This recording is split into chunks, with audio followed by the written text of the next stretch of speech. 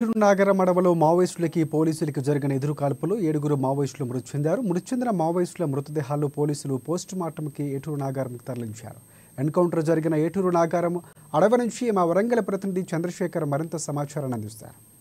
దశాబ్ద కాలం తర్వాత తెలంగాణలో ఈరోజు ఉదయం పోలీసులకి మావోయిస్టులకు జరిగిన ఎదురుకాల్పుల్లో భారీగా మావోయిస్టులు ఎదురు దెబ్బ తగిలింది.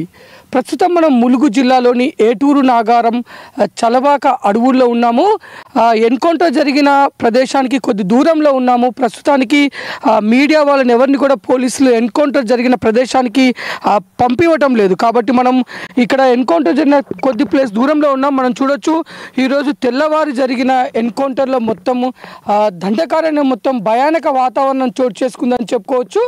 ఇటు జరిగిన భారీ ఎన్కౌంటర్లో మావోయిస్టుకు చెందిన 7 మావోయిస్టులు చనిపోవడం జరిగింది.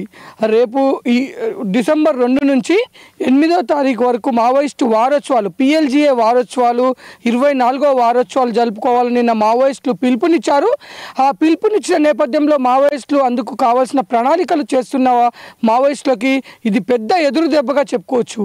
10 సంవత్సరాల తర్వాత తెలంగాణలో భారీ మొత్తంలో జరిగిన ఈ 7 మరణించిన మృతి చెందిన ఈ ఎన్కౌంటర్లో 2 DVCM దళ కమాండర్లు ఉండటంతో అందులో ఒకరు రాష్ట్ర మావోయిస్ట్ కమిటీ మెంబర్గా ఉన్నాడు.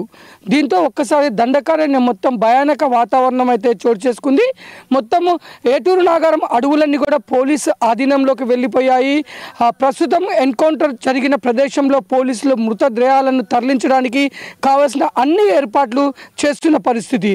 రేపటి నుంచి జరిగే ఈ యొక్క మావోయిస్టు వారోత్సవాలలో ఏ క్షణాన మావోయిస్టులు ఏం చేయబోతారో అని ఈ దండకారణ్యంలోని అడవిలో ఉన్న గ్రామాల ప్రజలందరూ అయితే బిక్కుబిక్కుమంటున్న పరిస్థితి.